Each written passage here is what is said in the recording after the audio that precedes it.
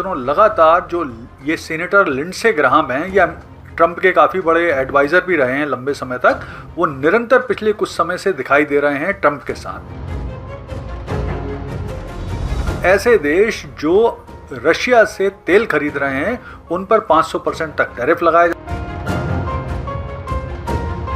और अमेरिका के बीच में इस समय जो कुल व्यापार है, ट्रेड है, वो है 131 बिलियन यूएस डॉलर, जिसमें से भारत अमेरिका को निर्यात करता है 86 बिलियन यूएस डॉलर और अमेरिका भारत को करता है निर्यात 45 बिलियन यूएस डॉलर।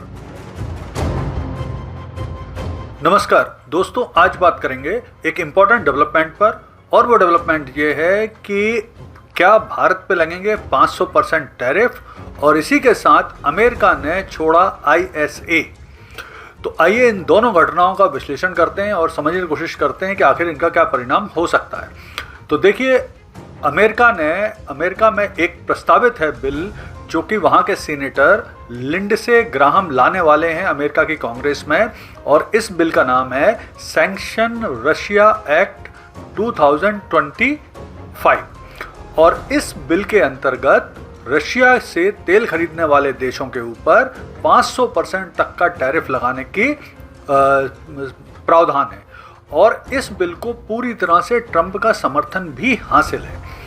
क्योंकि जैसे कि आप देख रहे होंगे इन दिनों लगातार जो ये सीनेटर लिंडसे ग्राहम हैं, या ट्रंप के काफ़ी बड़े एडवाइज़र भी रहे हैं लंबे समय तक, वो निरंतर पिछले कुछ समय से दिखाई दे रहे हैं ट्रंप के साथ और काफ़ी वो इस बिल के बारे में बोल भी रहे हैं। तो अब ये बिल प्रस्तुत होगा अमेरिकी कांग्रेस में, अगर वहाँ से पास हो जाता है उसके बाद ट्रंप साइन करेंगे और ये बिल बनेगा, तो प्रमुख रूप से ऐसे देश जो रशिया से तेल खरीद रहे हैं उन पर 500% तक टैरिफ लगाया जा सकता है। इसका टारगेट कौन से देश हो सकते हैं? बहुत ऑब्वियस सा है, इसका टारगेट में भारत, चीन, ब्राज़ील और बहुत सारे ऐसे देश जो रशिया से तेल खरीद रहे हैं, लेकिन प्रमुख टारगेट तो भारत और चीन ही होने वाले हैं। तो एक ये संभावना बन रही है। अब देखिए, इसमें एक जो अगर हम पहले बात करें कि भारत और अमेरिका के बीच में टैरिफ है कितना,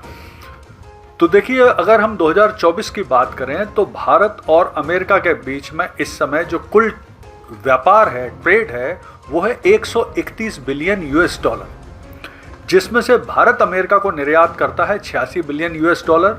और अमेरिका भारत को करता है निर्यात 45 बिलियन यूएस डॉलर। यानी ये ट्रेड जो है, ये सरप्लस है, ये पूरी तरह से भारत के पक्ष में और भारत को बहुत लाभ होता है। और इसी बात को टारगेट करते हुए पहले तो ट्रंप ने भारत के ऊपर रेसिप्रोकल 25% टैरिफ लगाए, फिर उसके बाद रशिया से तेल खरीदने के कारण 25% और टैरिफ लगा दिए। तो भारत के ऊपर इस समय अमेरिका के 50% टैरिफ लागू हैं, और भारत और ब्राज़ील दुनिया में सिर्फ इकलौते ही दो देश हैं जिनके ऊपर 50% टैरिफ लागू हैं। जबकि एक मज़ेदार चीज़ ये है कि सबसे ज़्यादा रशिया का तेल खरीदता है चाइना, उस पर नहीं है लागू। तो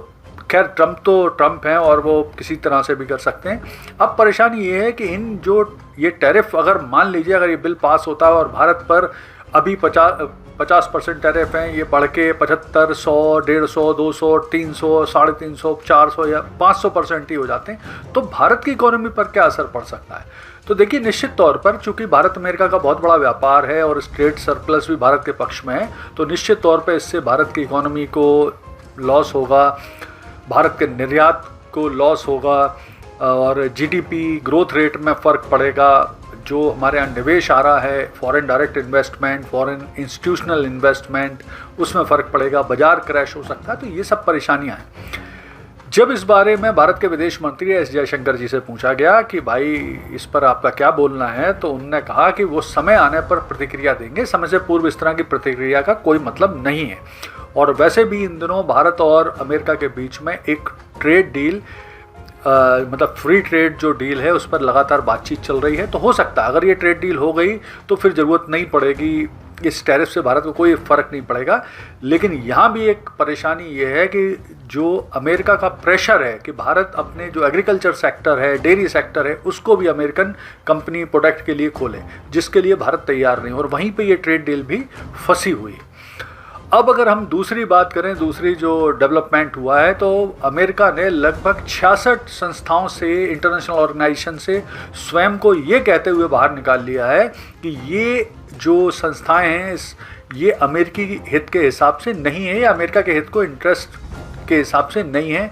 अमेरिका को इससे नुकसान हो रहा है। तो इसमें जो सबसे प्रमुख ऑर्गेनाइजेशन है जिससे अमेरिका ने अपने आप को पुल आउट कर लिया है, वो ऑर्गेनाइजेशन है ISA, यानी इंटरनेशनल सोलर अलायंस। ये भारत और फ्रांस ने मिलकर 2015 में से बनाया था, और इसका प्रमुख रूप से उद्देश्य था सौर ऊर्जा का प्रसार करना, उपयोग को बढ़ावा देना, और साथ में क्लाइमेट चेंज से लड़ना।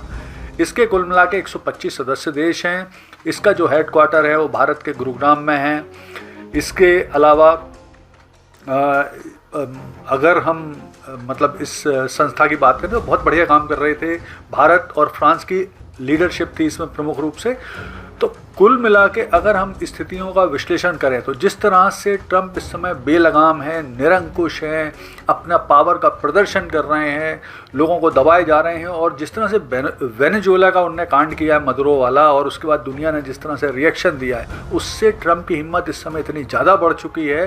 कि अब वो दुनिया के हित को छोड़कर वो पूरी तरह से अपने व्यापारिक हित, अमेरिका के व्यापारिक हित को देख रहे हैं, और इसके लिए किसी से भी पंगा लेने के लिए, किसी से भी लड़ने के लिए, कुछ भी करने के लिए वो पूरी तरह से तैयार हैं, जो कि दुनिया के हित में, अमेरिका के हित में नहीं है लॉन्ग टाइम। तो अब करना ये चाहिए कि भारत, चाइना, रशिया और बड़े देशों को साथ में मिलकर आकर अमेरिका के जो इस तरह का जो बेलगाम तरीके से वो एक्ट कर रहे हैं उसे रोकने के प्रयास करना चाहिए। धन्यवाद।